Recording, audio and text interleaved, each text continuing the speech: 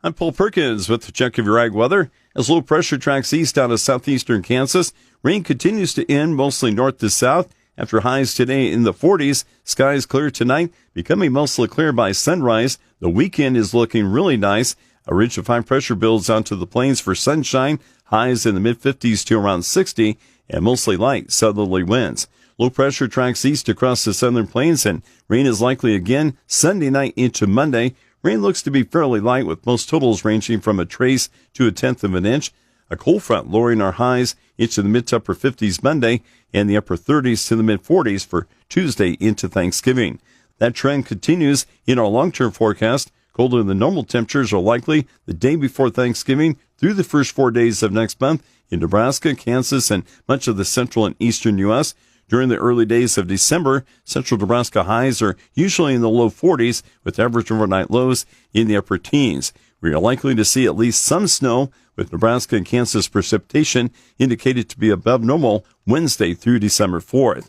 Key weather factors influencing the markets include heavy rain ahead of a colder pattern in the U.S. and Argentina and southern Brazil becoming drier. Heading towards Thanksgiving week, a steady procession of storms maintains unsettled weather across large sections of the U.S.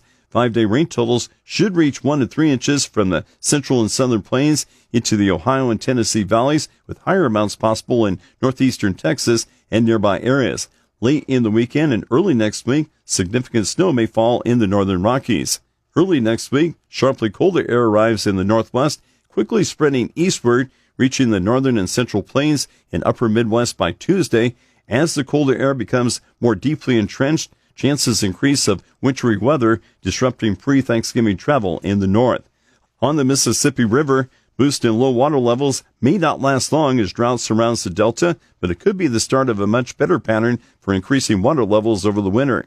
In Brazil, rain builds from the north to the central this weekend and is forecast to be heavy through next week. Towards southern Brazil, a lack of significant rain could be the start of drier weather and slowly worsening conditions for corn and soybeans during next month's main growing season. Across Argentina, soil moisture is high right now before a drier period. Spotty rain in Argentina continues today and is again likely later next week. Soil moisture may slowly decline the next few weeks in Argentina if there's not more substantial rain. With the check of ag weather, I'm Paul Perkins.